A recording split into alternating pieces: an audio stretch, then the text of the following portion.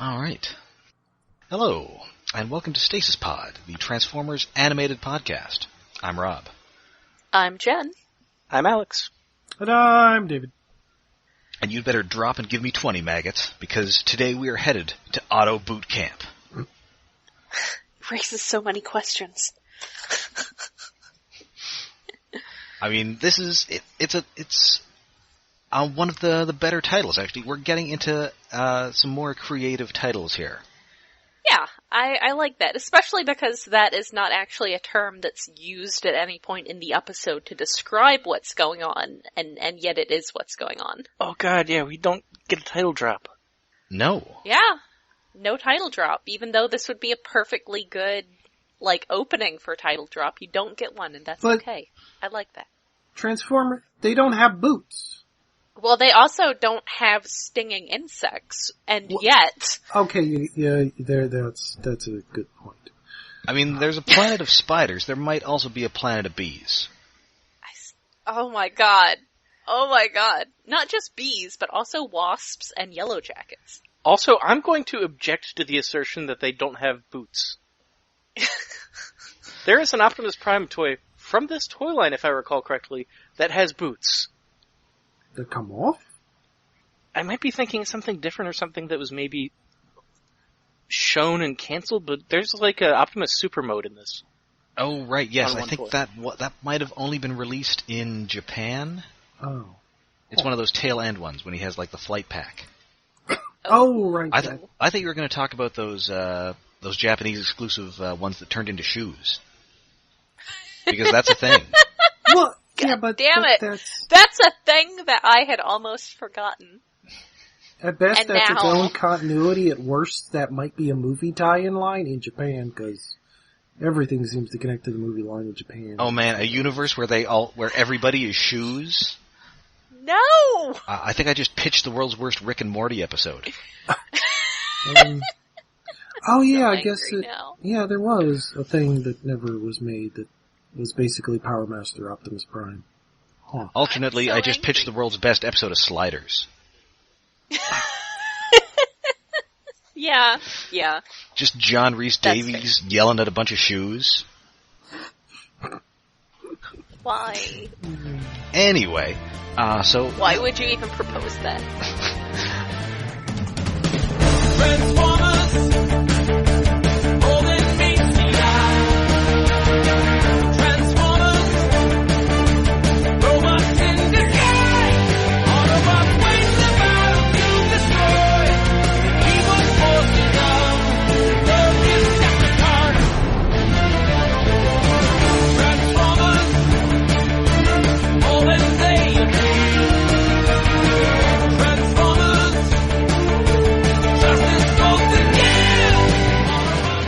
This first aired June 3rd, 2008, written by Michael Ryan, who has previously written several other animated episodes, most recently The Return of the Headmaster. Okay. And we open in space. Space. And at this point, 10 seconds into this, I was like, oh hey, it's the Wasp episode! Yay! Yay! I And love Autobot it. ships sure do like to crash like that, don't they? Yep. Yeah, they have some design problems. Yeah, it is not just space, it is a space chase. Yes, Space Runaway Wasp. I almost said the full name, but he's not there. Not yet, not Wait till this season 3. Yeah. Yeah, it's an Autobot shuttle, crash lands in an asteroid field, and its only occupant, a green kind of Bumblebee-looking guy, takes off in his car mode, and he is being chased by Sentinel Prime. Yeah, we Apparently, have Cybertronian modes. Yeah, he's already ditched Yeah, that I was snowplow gonna say, mode. this is... Aw. So, we can extrapolate from this that that's what Bumblebee's Cybertronian vehicle mode is, right? Well, Yes. we Is do that see fair? that later in the episode. They do share a protoform mold, as we'll hear later, and puzzle out the meaning of. Yes, and Yes. I'm a little surprised at their restraint here, because I kind of assumed that Bumblebee in this would turn into that kind of weird wingedy thing that he turns into in the first episode of More Than Meets the Eye. Well, that's kind of, sort of, the Wasp and what Bumblebee's Cybertronian alternate mode is kind of that with the wings sawed off and wheels stuck on. I mean, what it reminds me of sort of is his War for Cybertron vehicle mode.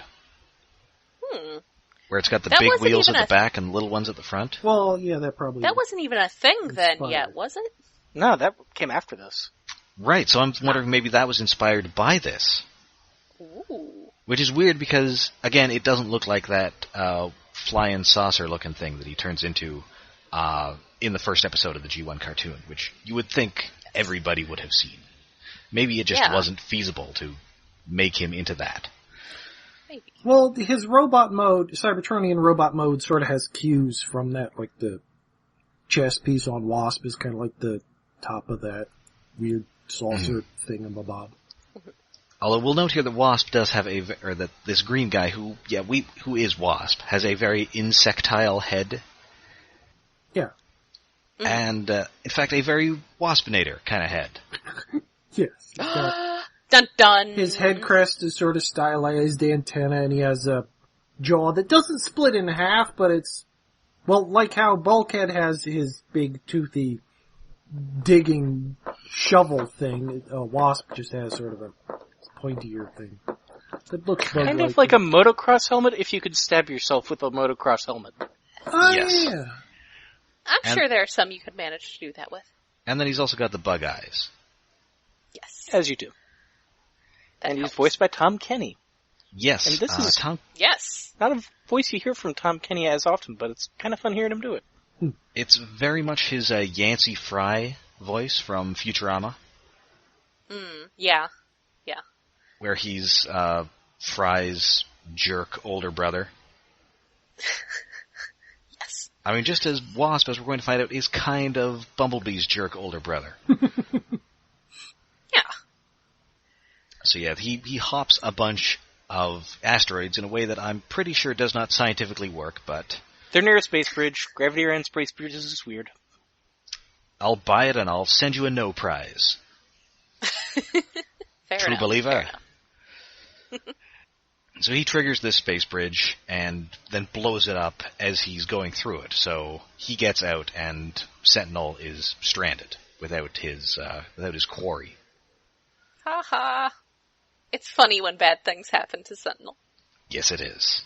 Although this wasn't quite humiliating enough. No, Yeah. It wasn't quite Return of... Hey, maybe that writer just really likes doing humiliating things to Sentinel. Oh yeah, he did do Return of the Headmaster. Yeah, maybe that's And- like a pet thing of his. And I also like the little mock salute that Wasp gives Sentinel Prime, which we'll find out is significant later. Yes. Dun dun. So, we cut to the Autobot base. Ultra Magnus is telling the Autobots that an Autobot traitor has escaped from custody, and we think he may be heading to your area. And the narration here and the fact that it's Jeff Bennett doing a Robert Stack impression makes this sound like it should be an episode of Unsolved Mysteries. If you've seen this Decepticon traitor, call us. Unfortunately, he is not playing like a reenactment of this with a bunch of amateur actors badly painted as Sentinel Prime and Wasp. That would be amazing. And maybe one of them is Matthew McConaughey. That was his first acting gig. Unsolved Really? Mysteries reenactment. Wow, I did not Well, know that, gotta but start I'm somewhere. glad I do now. He's in my favorite underrated movie of the aughts, Reign of Fire. That is definitely a movie that I've seen. It's a movie. that is not I where I really would have like gone that with movie. best underrated movie of the aughts. Yeah. Well, I stand by it. It's the future, there's dragons. That's all you need. It's a better movie, the aughts, that references Star Wars than the Star Wars, the movies that came out in the aughts. So, That is entirely accurate, yes. Also, it's got Gerard Butler not using his terrible American accent. oh yeah, one of the Yeah. rare times. It's got Christian Bale not sounding like Batman. Also that. It's always weird when you remember that he's actually British. Yes. Also does not have chronic laryngitis. Yes. Anyway, sorry. Anyway, so yeah, they're all, look out for Wasp, and Bumblebee is all, hey, I know that guy. Because we used to train in the Elite Guard together. We were training at Elite Guard boot camp together. And I totally hate that guy. And he's a jerk. Oh. I know that guy, he's a jerk. He hates me. Yes. I love that he pointed Literally, yeah. out. Yes. And most people hate Bumblebee, so for him to mention it means this guy must really hate him. Which, as we will find out, is actually the case. Yes. Entirely justified. Yeah. Yeah. So we cut to Casa Decepticon, and Megatron is talking to the previously mentioned, but as yet to appear, Decepticon double agent. Dun dun dun. And we can't see his face, everything's distorted, and even his voice, although it is Corey Burton doing what kind of sounds like a David Warner impression. I mean, I don't want to go into spoilers here, so I'll save what I was going to say for later. But yeah, it's definitely does not sound like Wasp.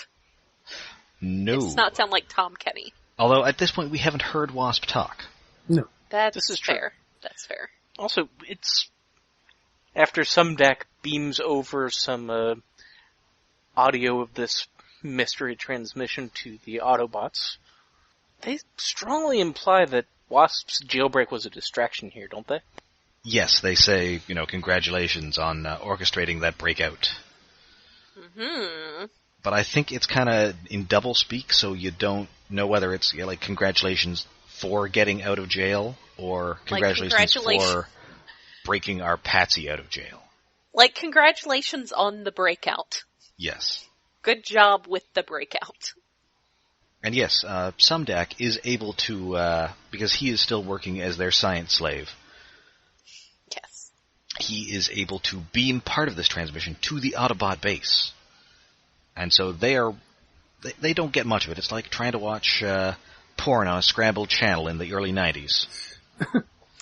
Yeah, it's all blurry and staticky and not great. Oh. Bad news. I think the Decepticon double agent is Shannon Tweed. You keep flipping away from it and flipping back, and you can catch just a split second of our double agent there.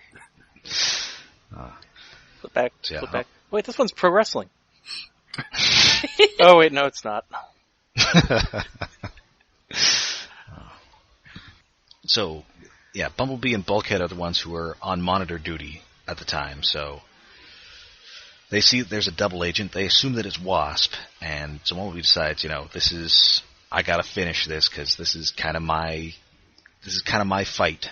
So I'm gonna go and find where this transmission is coming from. And then Bulkhead comes along as well, because Bulkhead is a fundamentally decent person. Yeah, as unlike we're going to some see. people in this episode. Yeah, no matter how many times life shits on Bulkhead, he still reverts to being nice. He's a Also, good well, guy. They clearly don't understand the concept of a double agent, because at this point, Wasp is clearly a 0-1 agent. He's like a 0.5 agent. Yeah. It's not great. Oh, and there's a point where I forget what it is, they're saying things that are bad and horrible and things they don't want to do, and one of the things involves Sari's old socks. I guess they're responsible for the laundry. Yeah, I was gonna say, are they doing Sari's laundry? I mean, she's like, you can't trust her with a washing machine. That is entirely fair, because she would just put her key in it, and the next thing you know, the entire warehouse is full of suds, and Yeah. it's not great. Yeah, that's a very good point. I mean, even if you don't understand what clothing is, you're better to do it than she is. Yes, and she only owns one outfit, so they must be using it a lot. Well, she's probably got a bunch of those. I That's mean, true. come on. Hopefully Porter C. Powell did not also keep those. I'm sure Isaac Sumdak has that thing scotch guarded. Yeah, that's fair. It probably just, everything just falls right off it. Just slides right off. And yeah, I had totally forgotten that this whole framing sequence existed. I kind of thought maybe this was like almost all flashback. But anyway, so the flashback begins, and we are on Cybertron some time ago. And this is apparently the past. Yes. Many, many years ago. At least 50 years ago, but who knows beyond that. Yeah, we don't really know how old everybody is. But yeah, I guess it's orientation day at Autobot Boot Camp, or Autoboot Camp. Aww. As they don't say. Yes. Maybe Anyway, they so- feel it goes without saying. So attending this, we have 5 guys. We've got Bumblebee, we've got Bulkhead, we've got Wasp, we've got Ironhide, who we've already seen previously, and it's Corey Burton doing a southern accent, and Longarm. Ironhide. Yes, and Longarm, who we have not seen before, and he's Corey Burton again. Kind of sounded like Spike Witwicky. A little bit, but I think I'll get into it later. But yeah, he does a solid voice here. I mean, it's probably close-ish to what Corey Burton's regular voice sounds like. Yeah, that's true. Maybe it sort of almost reminds me of Perceptor, but not quite. Yeah, I mean, maybe he a doesn't have little the pulpier. accent. I mean, he doesn't quite have the accent of Perceptor. Yeah. And yeah, Without he's the Britishness. unusually for animated. He doesn't really have a counterpart in an older series.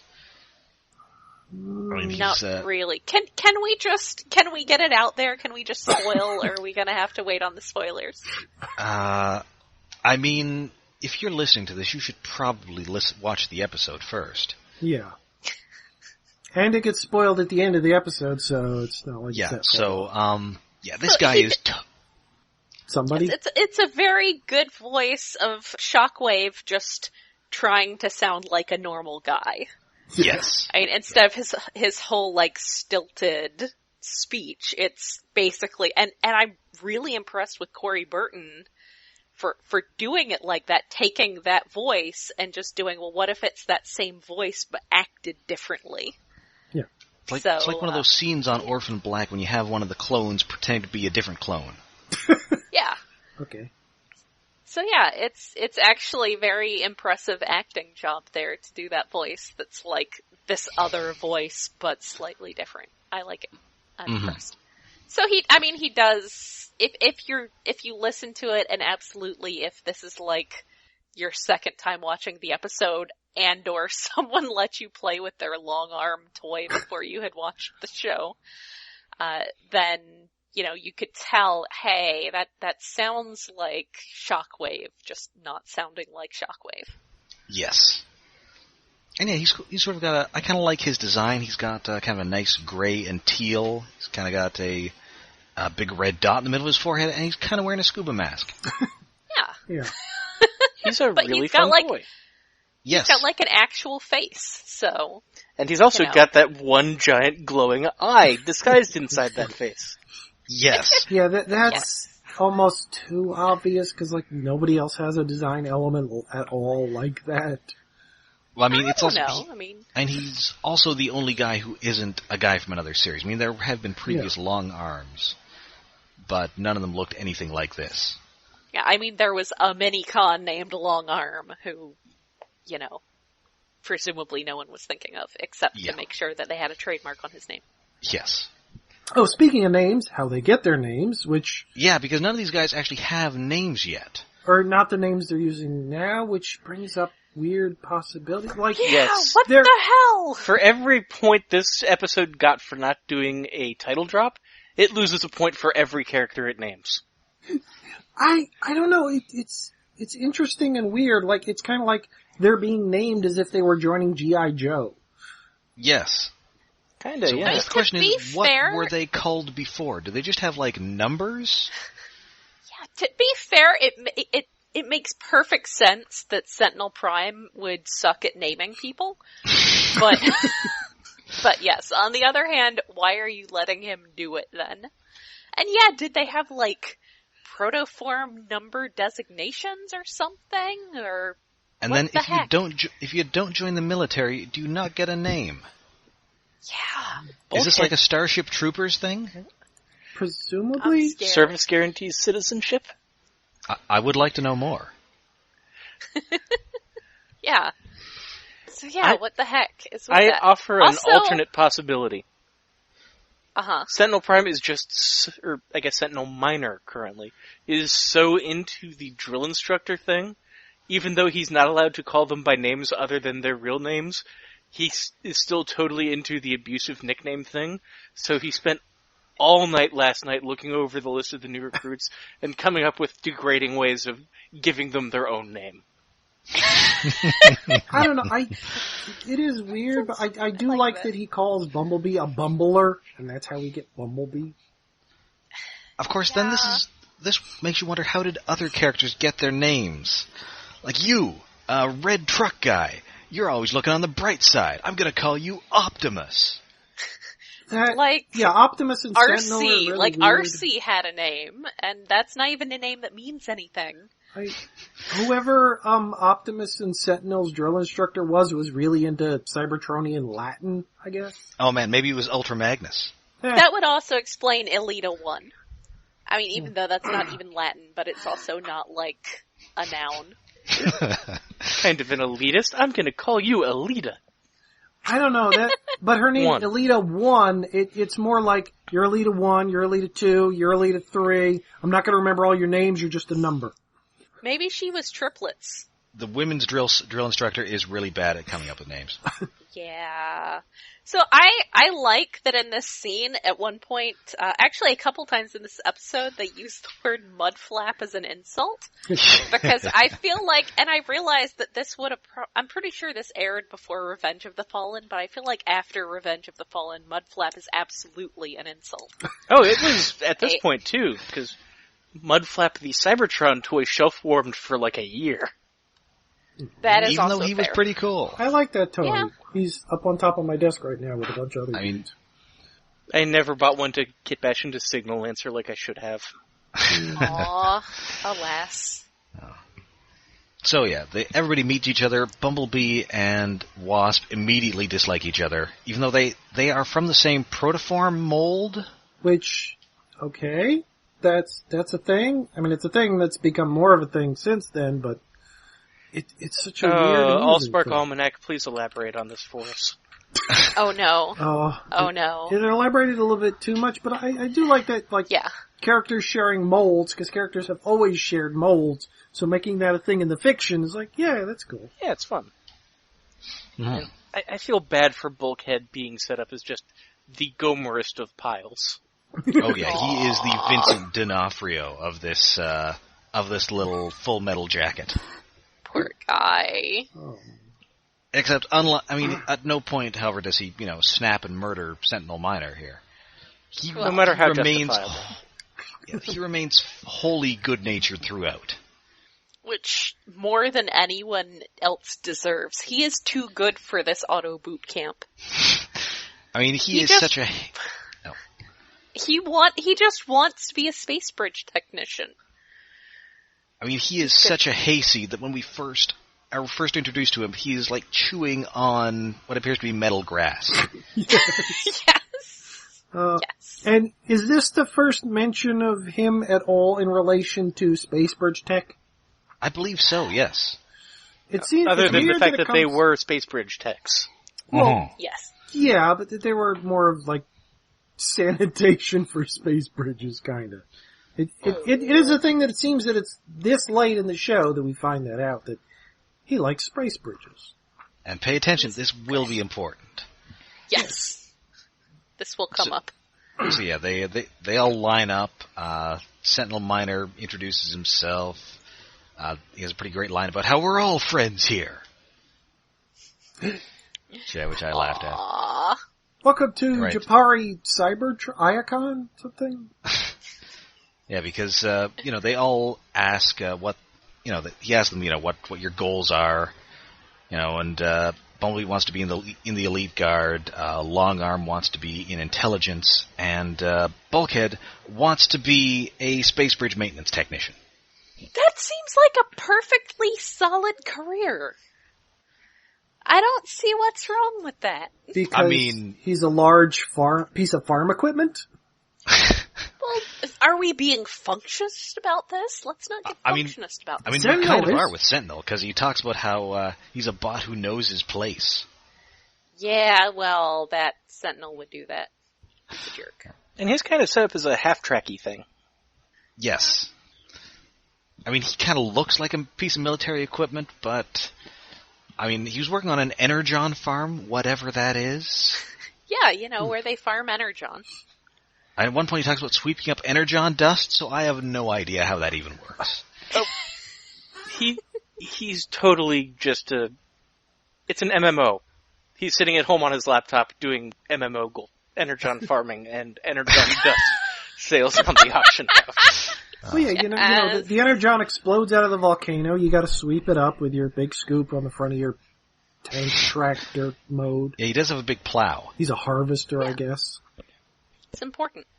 And yet, this is where Sentinel just gives them all names. Bumblebee's got Wasp has stingers, so he gets to be Wasp. Bumblebee also has those stingers, but he's bad at using them, so he is a Bumblebee. Bumblebee. How these are very specific winged stinging insect things. I mean, you can be like, there's a planet of space spiders, and I mean, as I've said, Blizzard Entertainment has shown us that is a multiversal concept. But, there's specifically a planet of the same variety of stinging insects that we have on Earth? Okay, I know I'm overthinking this. I know this is the point where we say Transformers is not hard sci-fi. Yeah, but And then maybe we Sentinel's move on. hobby became studying creepy arthropods after the incident. Oh, so he could find and kill them? Yeah. Maybe. I'll allow it. And Ironhide, as it turns out, can pull a Colossus. Yes, Yeah. that's actually my notes. It's Ironhide is just Colossus. And so he becomes, of course, Ironhide. And he's... and Long Arm has, go-go gadget arms and legs, like Machine Man. Yeah, which is kind of neat. And his robot brain Long needs beer. arm. Long arm, because again, Sentinel is terrible at actually naming people. I mean, he also has long legs, too, Sentinel. Yeah. Well, it's a good thing he did the arm thing, too, or his name would have been Longleg. And Or that Crazy doesn't sound Legs, like nearly- that guy from G.I. Joe. No. Damn it. You're crazy, but you also have legs. I kind of love the pun of his disguise name. Because he's an Autobot law enforcement, he's the long arm of the law. I died a little. I died a little just now. Well, in fact, there's a guy from Cops named Long Arm. Yeah, because he's the long arm of the law, because Like, it's not cops. the Fox show, but the Central Organization of Police Specialists. Yes. How you The one remember that actually has characters other than, meth guy and prostitute.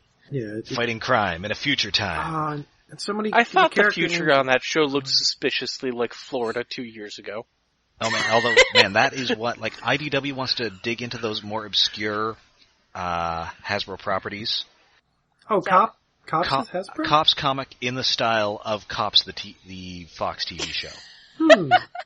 Yes. It's BP vest busting a bunch of meth addicts. I approve of this. Call me IDW. Anyway, so yeah, they all get names. And Bulkhead is all bulk and no brains, so he is Bulkhead. Womp womp. Aw, poor guy. But he doesn't mind it, because Bulkhead kind of doesn't mind anything in this episode. No. No. Sentinel He's Prime, too good. Sentinel Minor yells at him to stop smirking at him, and Bulkhead just has to go, no, that's just the shape of my jaw attachment thingy. And Bumblebee makes a crack about Sentinel's giant chin. Yes! He got called out on his giant chin. Booyah! Okay, sorry.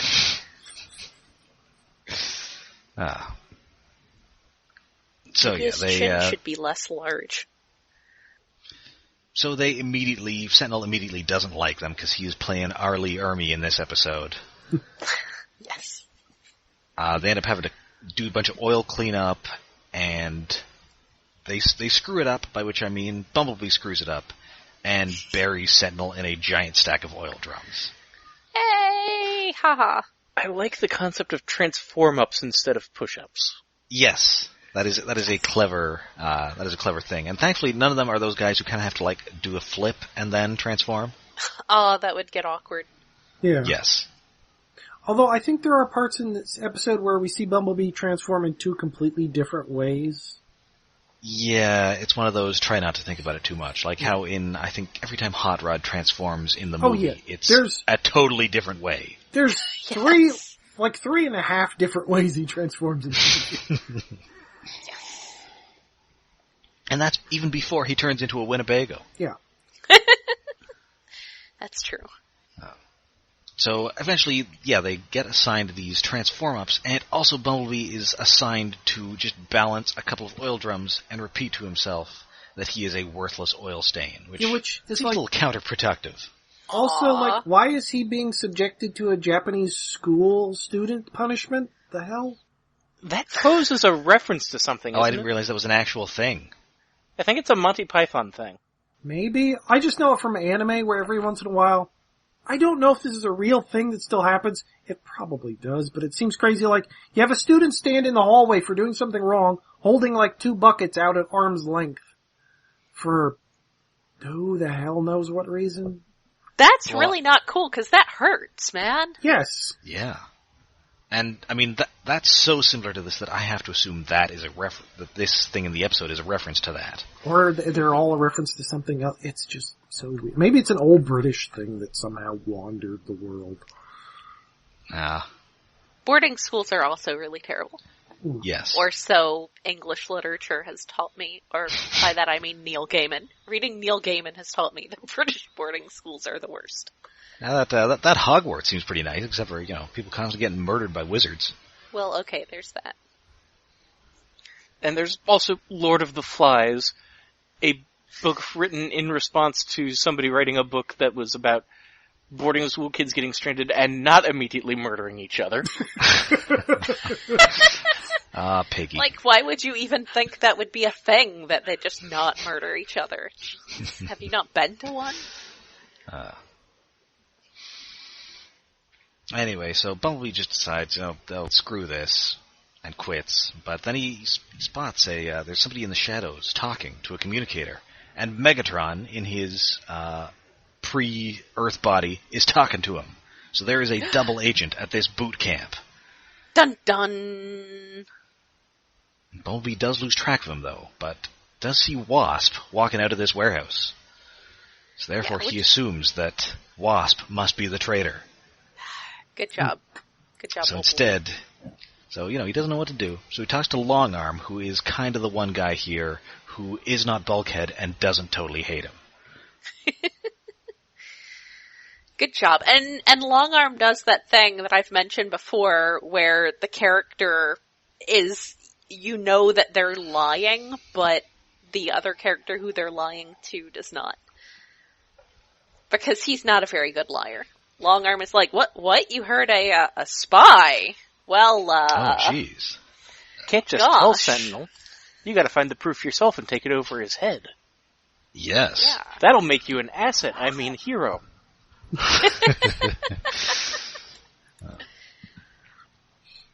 So yeah, Bumblebee then enacts what might be the dumbest plan possible. It's pretty bad. He's got a box, it's got the Elite Guard symbol on it, and he just leaves it there, hoping that Wasp will grab it. Instead, because this box is just unexplainedly there, Sentinel grabs it instead, and gets a face full of pink paint. Oops. They do seem to like their pink paint at this boot camp. Yes. Is that supposed to be, like, blood? Or symbolize blood or something? Ooh, maybe. I didn't even think about that, but that's possible. I don't know if we really get Energon as blood on this show. Yeah, I don't think that's until IDW, but because of IDW, I think, there's pink stuff leaking. That's blood. Energon blood. That would make the later training exercise really sinister. Yeah. I mean, it does well- make sense, though. You know, I mean, that is kind of what it's supposed to represent. Yeah. Yeah. Which is why it kind of works. It's like, it's combat. It's like you would use, like, people would use red paintballs. Yes. Hey, you bleed it. They're using pink, so... So, Sentinel gets carried by the box. Yeah. Thankfully, he doesn't have psychic powers. And then Bumblebee, that doesn't work, so he tries a listing device, which instead catches Sentinel telling Cliffjumper, who we've not seen yet on Hey. this show. Cliffjumper, yay, another shared protoform mold. Yep. Yes. He has a large chin. I mean, not quite like Sentinel, but he has a large chin. Yeah, I mean, kind of large chin, kind of just a high face. Yeah, that's fair too. It's kind of, his face shape is kind of like Bumblebee's turned upside down. Yeah. So he doesn't get any lines, but Sentinel is talking about how much he hates the doofuses that he has been assigned to train, and how old and senile Ultra Magnus is. Yes. That is the best part. So nothing is going particularly well here. And so everybody, much like in a military movie, everybody gets punished for this. And so Wasp and Ironhide do the Transformer equivalent of doing the old beating a guy with socks in his bunk, and steal Bumblebee's legs. And then stuff the rest of him in a locker. Man. That's, Yeah. like, this is the weirdest, like, it's effectively like teasing another cadet, but they're actually dismembering him, which adds a whole new level of, I mean, they're a race that can be disassembled and put back together. So I assume if humans could do that, you would see a lot more dismemberment pranks. Probably, Yeah, but it's that's still fair. weird. It's still weird. It's boot camp, so do you think this is called getting booted? No. Why? But hey, it's Long Arm being a nice guy again. Uses his extendo arms to retrieve Bumblebee's legs, and tells Bumblebee, you got to keep going. You'll definitely find this traitor. I'm your pal. You should totally keep at this. Yes. So anyway, it's War Games time. We're doing a combat exercise with a bunch of again pink paint. Wasp indeed hits Bumblebee with a little friendly fire with a grenade. Oops. Which fortunately is a training grenade. Yes. But hey, here's Bulkhead to lend a helping hand, but because it's Bumblebee, he just tells Bulkhead how much he sucks. He's such a jerk to Bulkhead. Makes me mad. Because Bulkhead is just so kind and decent. He's such And he a good just guy. wants to fix space bridges. He's too good for all of this. He's too good for this setting. Just a giant cinnamon He's- roll. He's too good for this flashback. And the framing device kind of points out that Bumblebee doesn't treat him much better now. No. Yeah. Only slightly better, but yeah, not really that much considering they've known each other for, well, no, they were kind of asleep for 50 years, but I mean, it's been a long time though. years. Yeah. Something. Yeah. Poor guy. So yeah, we get to there's an obstacle course that kind of looks like sort of a wrecked Cybertron, a bunch of paint cannons, but hey, there's that shadowy Decepticon traitor. Dun, dun. And bad news, these cannons have a switch that goes from paint to death lasers. Yeah, That like, seems really like a bad idea. yeah, why would For you exactly this reason. take you load the guns with paint, okay, and you also load them with lasers? Why? I mean, I think Someone at some point is gonna get angry at some other cadet and use this to murder them. That's just how it's gonna be. I'm sure the actual military does use like live fire exercises, Yeah. I mean, probably. but I don't It's know that separate they use equipment. guns that you can. that you Yeah. can switch from paint to actual guns. Yeah. Yeah, I don't know, man. I mean, at the very least, you're asking for a Brandon Lee situation here. Yeah. Yeah. Somebody's gonna lean against the wrong thing and suddenly you have a death on your hands. Good job.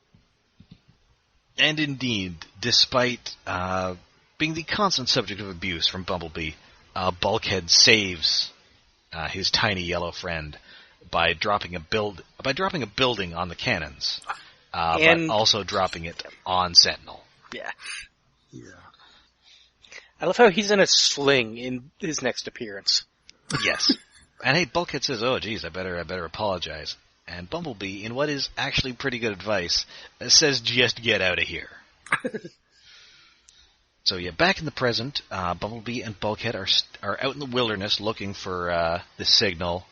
You know, they're talking about the old days, and then Bumblebee just gets into some quicksand.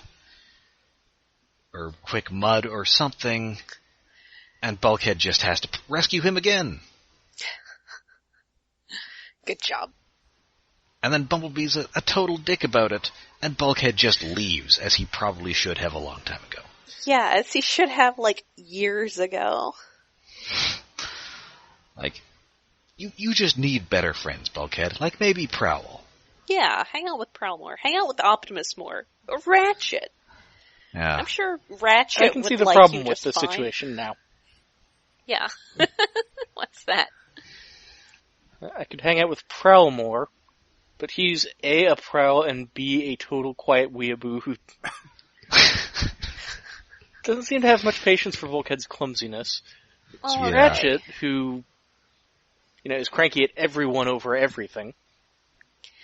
I think Ratchet just needs a friend. Mm. But will he let anybody be his friend? No. This is the problem. And there's Optimus, who's probably always busy doing Optimus stuff. Yeah, like filling out paperwork or whatever the officers have to do.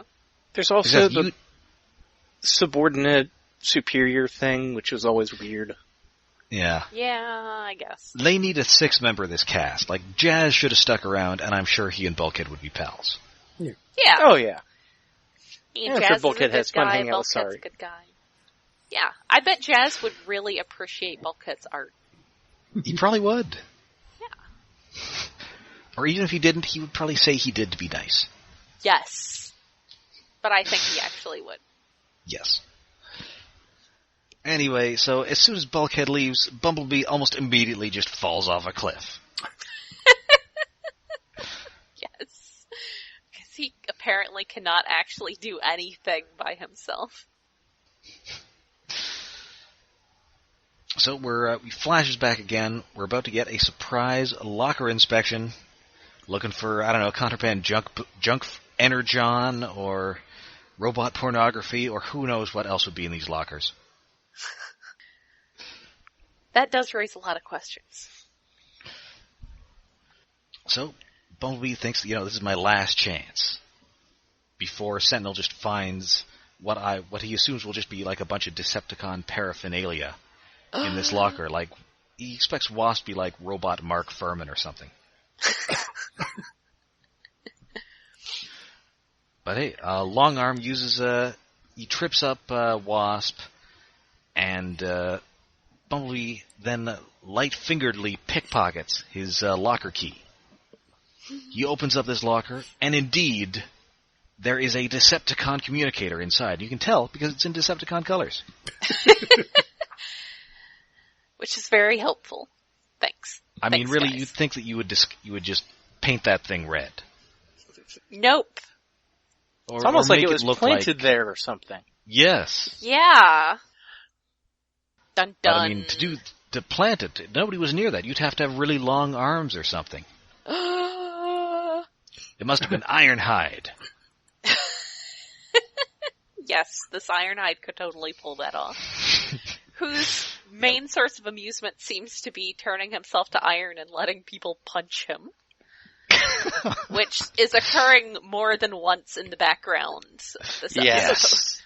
It's just his thing that he just amuses him. I like that Ironhide is just kind of an aggressively dumb jock in this. Yes. He's kind of a Flash Thompson. Yeah. Or no, more of a, was it Moose Mansfield from Archie? Oh. Sure. Yeah. Hey, I can The turn state of invulnerable. Riverdale. Take turns hitting me. Go on, punch me. You better be careful, Ironhide. That's how Houdini died. Oops. Anyway, so they finger Wasp as the traitor. He gets carted away like Hannibal Lecter. Yep, complete with the little hand cart. Get this thing back to Baltimore. It's a handcart that has treads, so that's a little weird. Maybe this happens a lot. Maybe. Maybe. Nope. Happened again. Get the traitor cart. Oh god, that kind of paints a dystopian picture of this whole thing where there's just like, every boot camp class, there's like 2 or 3 people that betray each other to try to get an award. Oh man, that's messed up. Well, it's your classic sort of Breakfast Club dynamic. You got the princess, you got the rebel, you got the traitor. You got Ali Sheedy. I haven't seen the Breakfast Club in ages. I'm not sure I've ever seen Anyway. all of it. You have Judd Nelson. Oh yeah, hey man, maybe he was obviously the Judd Nelson. Obviously, Hot Rod was the Judd Nelson. Yes. Yes. Just getting Buckets. packs of robot cigarettes for Christmas. So yeah, Sentinel is very impressed with the Bumblebee, and he's going to recommend him for an elite guard position, but he's still kind of mad at the whole somebody dropped a building on me thing, so he's going to kick somebody out for it, and it's going to be Bulkhead, because he doesn't like Bulkhead. Aww. Because he's a jerk. Who could not like Bulkhead? I know! Just makes me mad. So Bumblebee actually has an attack of conscience here, and says that he did it. Oh no, Bumblebee! So hey, is this going to affect my elite guard position? Smash cut! Bumblebee and Bulkhead are fixing space bridges. Bulkhead And is Bulkhead so happy. loves it. Yes, he's so happy. I have arrived. Yeah, and they're fixing a break. Is it the same space bridge that's in the first episode, or is it a different one? I think they just all look like that. I know, but like, it almost feels like it's exactly the same one because they're like on an asteroid. I think that a lot of them are on asteroids because the one at the beginning of the episode is on an asteroid, and so was the one in the first episode. So maybe they're just all in asteroids. Yes, It does feel like most of them are in asteroids, but also I would not be shocked if you wanted to set the timeline for this and say it's been about 50 years plus 2 weeks before that. Yeah, I guess we don't know how long this crew's been together. Yeah, well, because in the first episode, it doesn't feel like they've been all together that long. No, it sort of gives you the similar sense as that first episode of Beast Wars, where everybody is still kind of trying to figure out everybody. And Rat Trap. A couple guys sort of know each other, but most of them don't know each other at all. With a pilot, you can never be quite sure whether it's because it's a pilot or because they are trying to imply that, but it works Because either the way. writers are still getting to know them or trying to introduce them to the audience, or whether it's actually them getting to know each other. Yeah, we just haven't quite figured out what we're doing here yet. Well, the pilot not having the same setup as like the rest of the show is a common thing in pretty much every TV show. Oh. Whoa, I'm a Bumblebee. No, better yet, I'm B-Tor. I don't want to know why he'd be called B-Tor. Like, like beater. Like, Yeah. I hardly know her. No. I was making a masturbation joke. I know. Yeah. I can only think of like one show specifically that has the tone in the first episode that it has in the rest of the show. Mm-hmm. Game of Thrones. Yeah. murdering a child and there's incest. Yeah, that's the show. Yep. Except it seems to Leverage does a pretty good job of nailing the tone. Well, in the trying first to episode. murder a child. It seems to have started out arguing that maybe incest is not great, and it seems to be increasingly making the arguments that incest is just fine. Yeah. This is why I'm Spoilers. glad I spend my Sundays watching Twin Peaks. Yeah, I should Yeah. get back to that. Eventually, I would suggest Game of Thrones at some point. It's entertaining in its weirdness sometimes, although the middle seasons are slow. I mostly find it intimidating because I think, I'm never going to tell all these people apart. Yeah, it helps to read the books first so you can be like, oh hey, that's that guy. Or maybe that's just the way I learn. Well, to a degree, yeah, but it narrows down the cast. That helps. And Via most constant of the murder? important characters, Yes. yes, and most of the important characters look more notably different. Like the tall dude, the really tall lady, the little murderous child. Yes. Peter Dinklage. Yeah.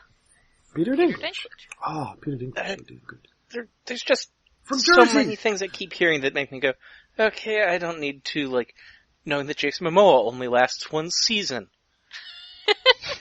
and having He people dies. and having people go, oh, we finally reached the awesome thing with the dragon that is a worse version of Wrath of the Lich King's awesome cutscene. God So damn it. is Peter Dinklage the only American on that show? I don't know. No, they're I think Daenerys' actress Daenerys. is I'm American, pretty sure she's British. maybe. She might be. I don't know. A lot of the cast is. Oh no. Gwendolyn Christie. She is definitely Where British. the hell is she from? Yes. Yeah. Somebody else I think was. But yeah, most of them are British or weird Norwegian, Scandinavian, or something. Yeah, Emilia Clarke, born London, 1986. Damn it. Damn. I wonder what country the guy who's named Half Thor is from. Weirdly enough, France. Parents, big Jack Kirby fans. Yeah. I like Game of Thrones, but I like terrible things where horrible things are happening to everyone, and also, blue aesthetic zombies. Anyway, Which should speaking also of be terrible why things I happening like to Wrath of the people, Lich King. Yes. speaking of terrible people and terrible things happening, Bumblebee is buried in rocks. Wah, wah, wah. Oh. So he's thinking, he's talking about how, I'm friends with Bulkhead and I saved his career, but he never dreamed big. And Bulkhead says, I did dream big because I dreamed of being your friend. Aww. Oh God, Bulkhead's just the best. I can't deal with him. He's too good. He's too good. I can't. Cue the I can't. heartwarming music. Yep, and so they just decide. Perfect Strangers theme. Exactly. They are standing tall on the wings of their dreams. And in fact, it turns out they were almost standing tall right on top of the Decepticon base, but they just turn around and go home. Good job. Good job, guys. I mean, even if they had found it, Megatron would probably just kill them both immediately. Yeah. Yeah. Although that's they should know exactly. Well, they should know it's a Decepticon base, but they know where that mine is. Well, I guess chased Megatron's Bumblebee body would. through it. Bulkhead was not there. Yeah.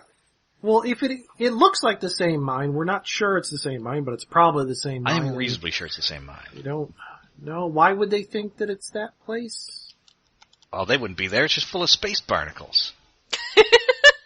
And I mean, remember, they don't actually know where the space barnacles came from or whose torso they were on.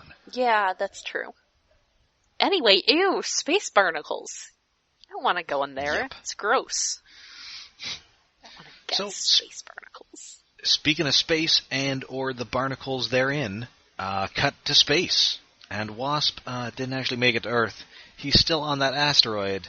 And it turns out he didn't have such a great time in prison.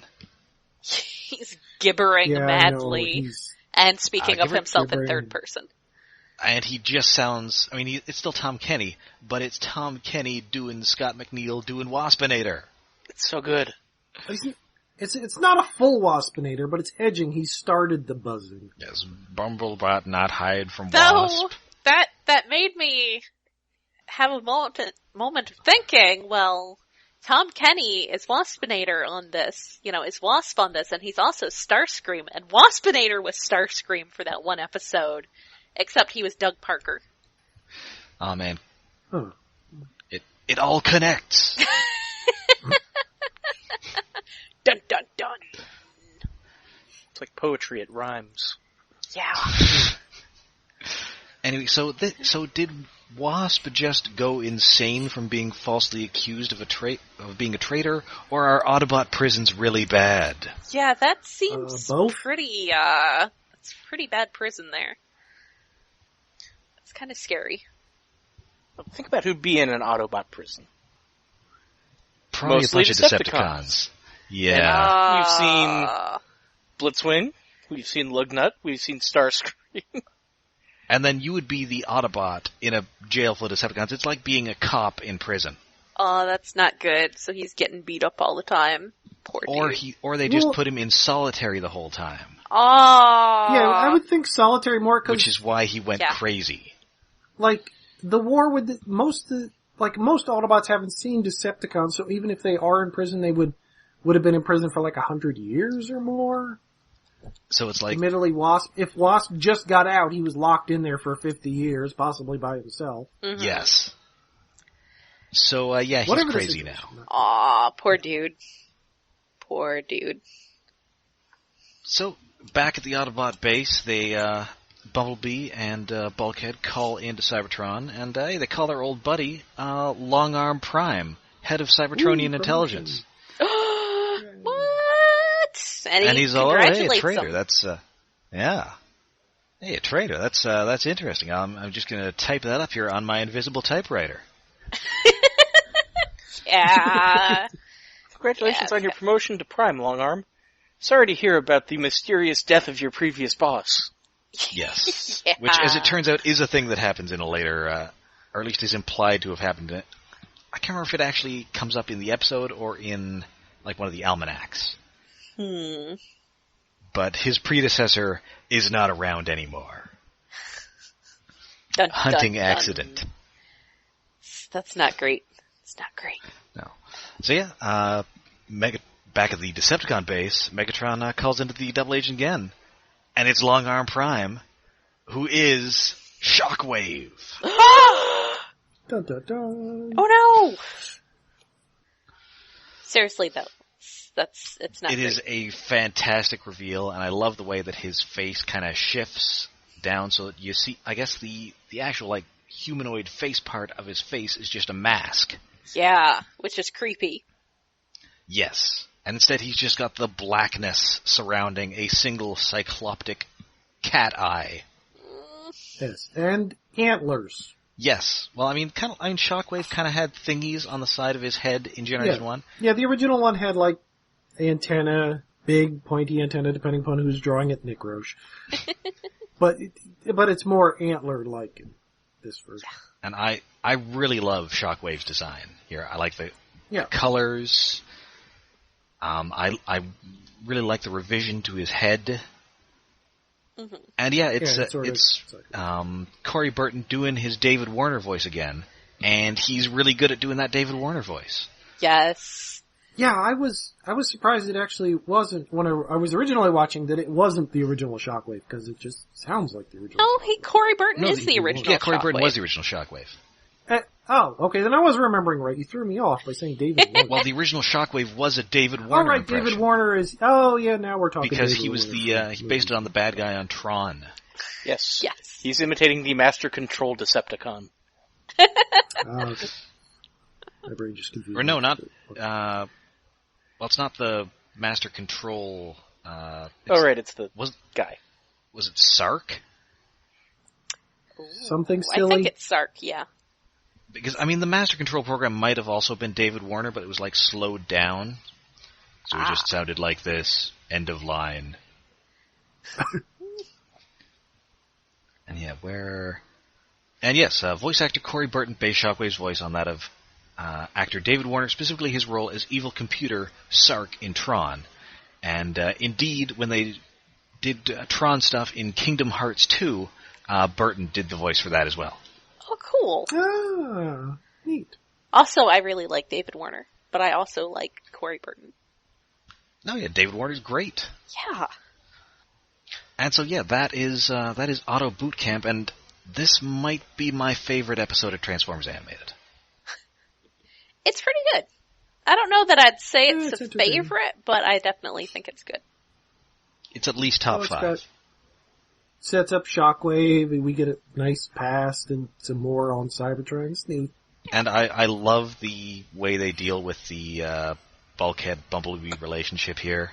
Yeah. It's Yeah. sweet. Though- It's endearing. Yes. Just makes me kind of sad for Bulkhead. He deserves a better friend.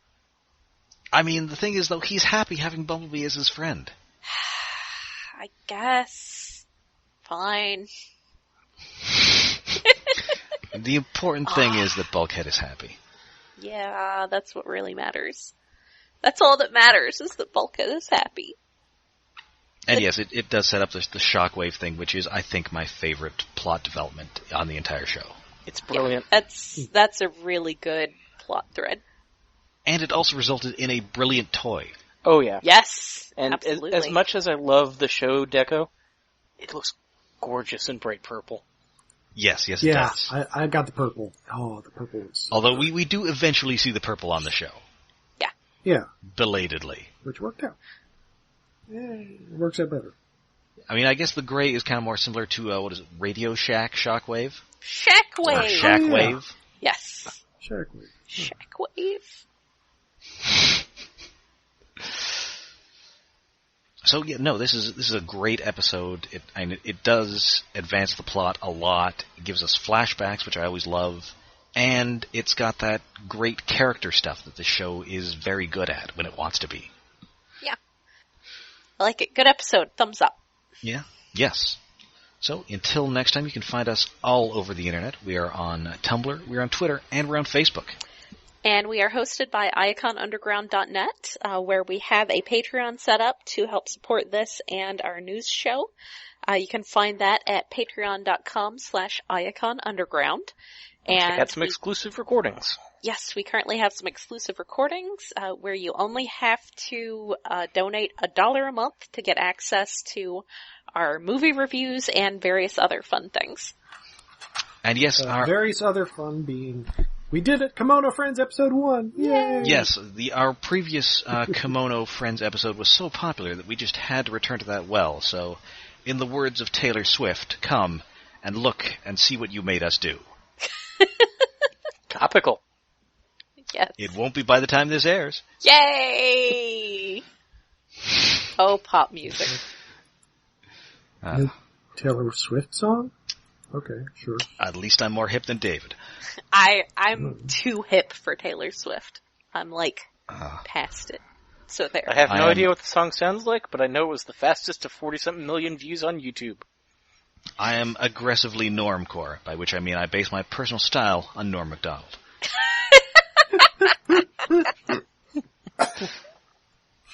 Oh.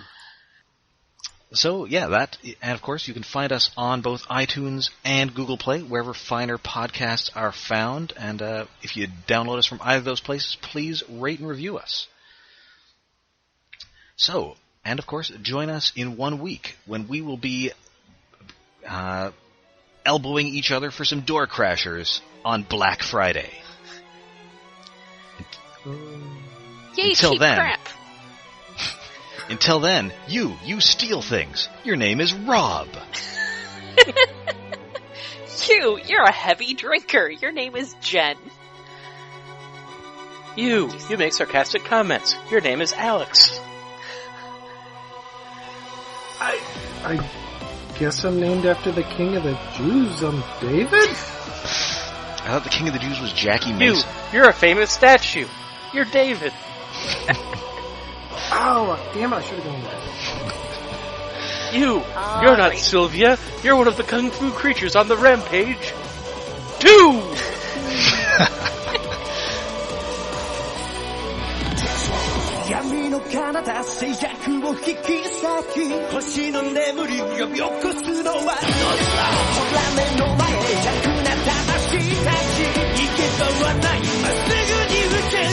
「それを処理して僕らは意識組み換える」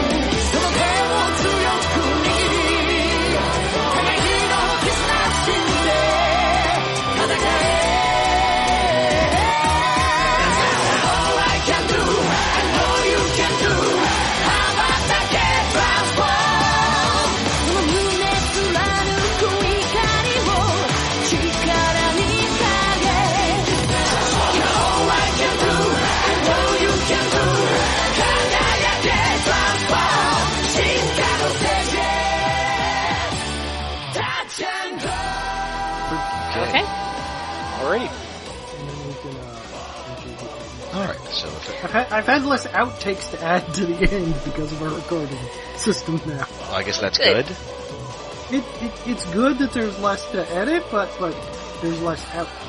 I'll have to. Because normally we ramble before or after. Alright, well, I'll have to come up and I with should some. have, wait, I gotta get backup recording on.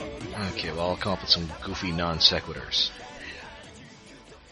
I could talk about my cat some more. Kitties. Good kitties. He is a very good boy. He is a very good kitten. I had a dream last night about having to go outside to get my cats that were outside because there was a cat flap that I don't have on the outside of the house. Oh. And then somehow I ended up in my backyard from my childhood, which was weird. Oh. I'm pretty sure I just ended up dreaming about coffee.